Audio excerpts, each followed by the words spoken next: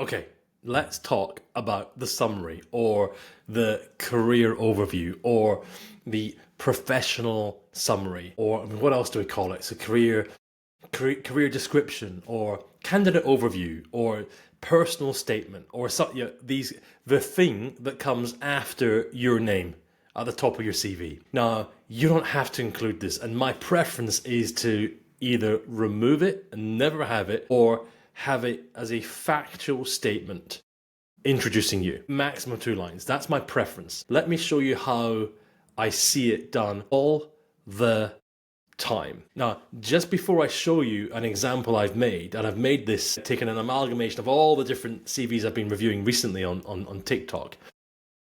When it comes to that personal summary statement, that bit at the top of the CV, it sounds brilliant when you're writing it yourself, okay? Because you're saying who you are, and it's really good and it makes a lot of sense. And then you give that, okay? You give it to your friend, and they go, yeah, really good. Yeah, that's you, and that's nice. And they may make a few suggestions, all good, right? And then you send it to a couple of other colleagues, and they'll go, yeah, that's great. It is fine. Here's the problem, and this is illustrated on my TikTok lives when we're looking at CVs, when we're doing CV reviews. You can really see this as we bring up everybody's CV, right, on screen, and we've taken their contact information off, of course, right, but we keep the personal summary, and right. What you can begin to see after the 5th CV on screen, you can begin to say, well, ooh, these are looking remarkably similar. Remarkably. And one of the games we sometimes play on TikTok Live when we're reviewing all these CVs, and sometimes it's hundreds of CVs in a session across 3 hours, for example, I'm reviewing. I say I'm reviewing, but we're doing that with those on the live, and everyone's playing along, giving their opinions, and you're all being constructive, right? But what you can see very quickly is those personal statements, those summaries, they all begin to look exactly the same. And you see this when you look at, and it doesn't matter what industry, because these CVs, when we're looking at them, everyone's from a different industry, different role, but the summary is often looking very, very similar. For that reason, when I'm going through CVs, especially when I'm having to do it professionally and under a lot of pressure, I just skip straight past these things. And that's because they are very much uninformative. Again, it looks great when you're writing it, and it's great when your colleague looks at it. And I see this when I'm looking at, when someone says, look at my CV, I go, oh, yeah, very, very nice, right? Okay.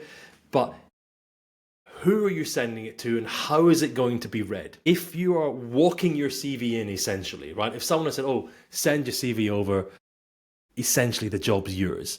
That's a very different reality, right? Than submit your CV and you've got 40 different CVs, you've got to stand out from, and you've got to be analysed next to 40 other CVs. So if your CV's being walked in, if the job's essentially yours, or if it's just 2 or 3 people and your CV's going to be read, or the individual reviewing your CV, you know that they have time to read, that's very different. If your CV is having to compete, think really carefully about how you structure your personal summary. And that's because we typically want to get to the detail. So let me show you. I'm going to share. Let me share. So share screen. Here we go. Right. Now here's my standard default CV, this time with some of the greatest hits in there. Okay. So when I say, I should also say, another thing, let's use up some even more space by putting personal summary. Okay. Like that. Okay. This is often how you see it. Now, have a read of this. Let me just leave it on screen for a moment. In fact, I'm going to read it out, and we can see like a dependable and highly motivated professional with over 5 years of experience in data analysis and customer service roles. Passionate. Hold that thought. We see that word everywhere. Passionate about the potential of data to drive results and decisions in all companies. Okay, all companies, right? Skilled in team collaboration, leadership, and brilliantly effective communication. I'd be very sensitive about saying how amazing you are, okay? right? And how dependable and highly motivated, right? This, I don't know. In down below in the experience, we're expecting you to show how amazing you are. Not say, but show. Okay? So saying here can be misinterpreted, right? Known for an adaptable. So wait a minute, you see this a lot. Known for what do you mean known for? Who knows you? Because I don't. That's why you sent your CV in typically. So be sensitive. You see a lot of people saying known for, right? Okay. Known for an adaptable and highly efficient approach to hard work. Okay, right? Proficient in office and social media management, great, right? Demonstrates highly effective time management, prioritizing, multitasking. It's all good, okay? It's all good, and but remember, almost all of this can apply to anybody. Okay, so this kind of made-up view, right? Aspiring to expand expertise. Oh, now wait a minute. Now look, my Grammarly that I've got installed here says my expertise. Yeah, not perfect grammar there. By moving to the US and pursuing a variety of professional options. What? Variety of professional options? You're moving to the States. But wait, what? But that's fine if your CV's going in to the US company, right? Okay, but not if I'm a British company thinking, what? Okay. Then objective. Sometimes I see this at the end, right? Or somewhere in it, right? Objective, right? I don't care about your objective. Okay, it's the other way around here, right? To be hard in a welcoming, exciting position, have the opportunity. Right. Now, all of these summaries are well-meaning. The risk here is they become meaningless to the person looking at them if I've got 40 of them, right? So this is why I regularly just skip straight past them. I go straight to experience. Now, I may then read the summary later on, okay? But please be very sensitive to the language you're using in the summary, because I've seen it, where the individual has got a little carried away and they're being somewhat emotive with their language. And they're saying stuff like known for or whatever, right? And I have seen it where I can remember this quite often where my colleague is sitting next to me and I hear them start sniggering. I can hear them go, really? And I'll turn to them and I say, oh, they say, look, another one here. This candidate says. Now, be really careful because sometimes people reading your CV, they're having a bad day or they're on number 152.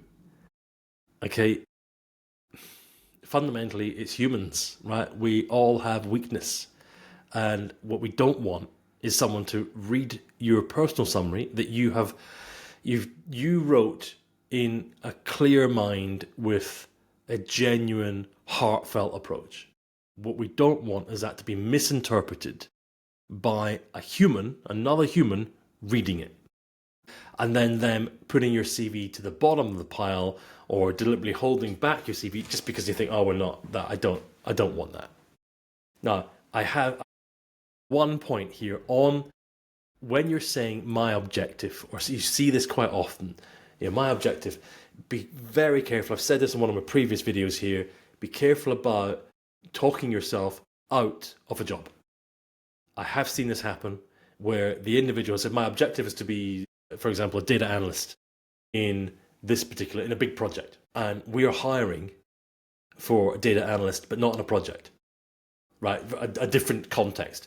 Same role, same context, but you don't want that. So we just remove your CV from the process because you said you don't want that. That's not what we're hiring for, right?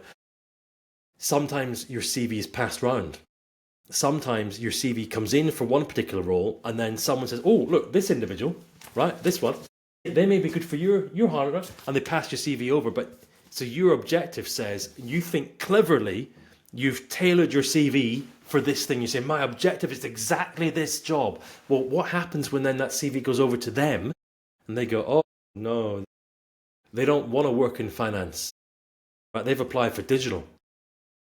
But, if you got the choice, would you like to work in that company in their finance team or in their digital team? Now, you may have a preference for the digital team, but you might also say, don't worry, I'll take the finance role because at least I'm in the company and getting paid and so on. Right?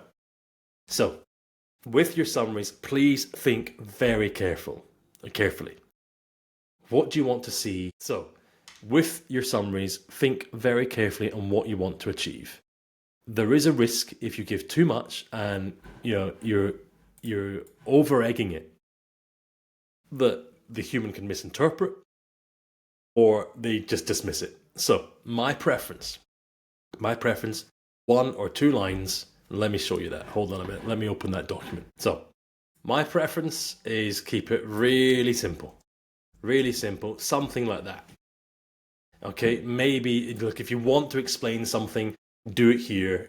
I am currently doing my so-and-so exam, or I am really keen for something, whatever. By all means, put it, but keep it brief, and then let your experience do the talking. So anything, this is what I'm doing one-to-ones with people in their CV, and they'll say, "Oh, I want to mention this in my summary." Okay, why? Because I want to get that across. I'll say, well, hold on a minute. What if we put that in the detail, right?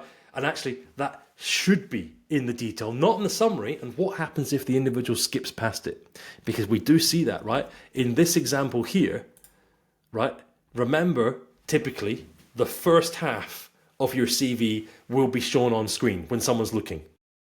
Now, how much of it are you taking up with stuff that isn't necessarily relevant? Are they going to read this? Now, I deliberately left all this in bold as well. One of the worst things you could also do is do this, okay? Because you might think that this is really useful.